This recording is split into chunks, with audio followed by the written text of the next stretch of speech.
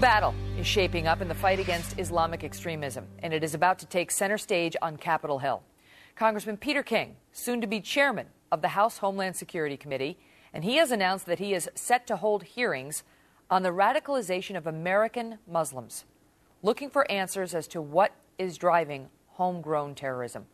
New York Republican Pete King is my guest now. Congressman, thanks so much for being here. So no sooner do you announce that you're going to do this than you've got groups like CARE, the Council on American Islamic Relations, coming out and saying this is going to be an anti-Muslim witch hunt. It's going to be a new McCarthy-type hearing era. And you say what to CARE and others like them? Well, I'm certainly not going to be intimidated by CARE. I'm going to go ahead with the hearings.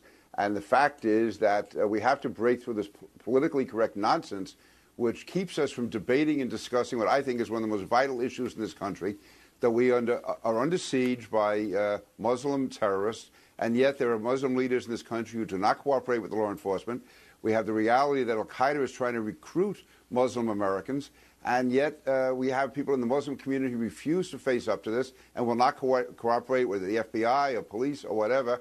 And we have this growing threat, and there's any number of recent cases where young Muslims in this country have been drawn to terrorism. And that does not affect the entire Muslim community, but it is a reflection on their leaders who will not cooperate with law enforcement. Megan, if I can give you one quick example. There was a number of Muslim parents who went to law enforcement because their sons were being recruited to be suicide bombers in Somalia. The FBI began an investigation, and yet imams in the mosques involved instructed their members not to cooperate with the investigation. Now, that to me is indefensible, and the real victims here, well, obviously all Americans are potential victims, but the immediate victims are Muslims themselves, whose sons and daughters can end up being killed as suicide bombers. How do you get past that, though, by holding hearings? I mean, how does Congress, sitting there listening to the testimony of experts, get past that sort of edict, that directive from imams? By, I think, bringing it out into the open, and also, the overwhelming majority of Muslims are outstanding people. By letting it be known to them how their leaders, in many cases, are selling them out, are putting them in a very awkward or terrible position, and to encourage the Muslim community itself to speak out, to work with police, to work with law enforcement, to look within their own communities, because the recent attacks in the United States, you had Zazi, he was going to attack the New York City subway system. He was raised in the United States. He was living here legally. We had Shahzad, the Times Square bomber, Faisal a U.S. Shahzad. citizen, living legally, yes. So these are all, Major Hassan, who murdered 13 people at Fort Hood. These are all Americans living here legally. And that's the reality, is al-Qaeda is recruiting them, whether it's al-Qaeda core or whether it's al-Qaeda in the Arabian Peninsula. They're recruiting Americans who are living here legally because we've done an excellent job of stopping al-Qaeda from attacking us from overseas. But so now they're recruiting within, so it's more important than ever that we get to the root of why there's this alienation. Also, a poll just 2 years ago, the Pew poll, said that 15% of Muslim men living in the United States between 18 and 29 would support suicide bombing. We're talking about tens of thousands of potential people we get to that who point? potentially support suicide bombing. How did we get to that point? That Pew poll, because you cite that in your op-ed, is really shocking. Yeah, this is something I think it's evolved over the years, and the American media, American politicians, the inside elite refuse to discuss this issue. When someone like myself says, let's raise this issue, let's talk about it, right away I'm denounced as a bigot, as a McCarthyite. You go through the whole list of epithets they throw at me.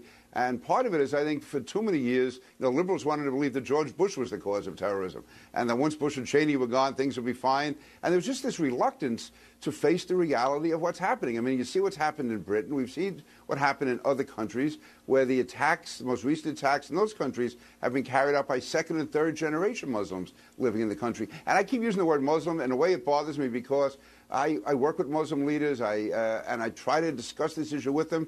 They're good people, but they just don't seem to appreciate the necessity of why they should be coming forward and why they should be working more with law enforcement. Right. Certainly that's true of some and not of others. But let me ask you, Congressman, because you mentioned, and you talk about this in your piece that you've written today as well, how you've been denounced as a bigot because you want to look into this. And more and more we've seen that in the past, I don't know, year and a half in this country, that if you call attention to, a policy that's potentially discriminatory, you're the bigot. Or if you say something derogatory about Muslims as opposed to specifying radical Muslims, like Bill O'Reilly did, he was denounced as a bigot, even though he had a broader point he was trying to make.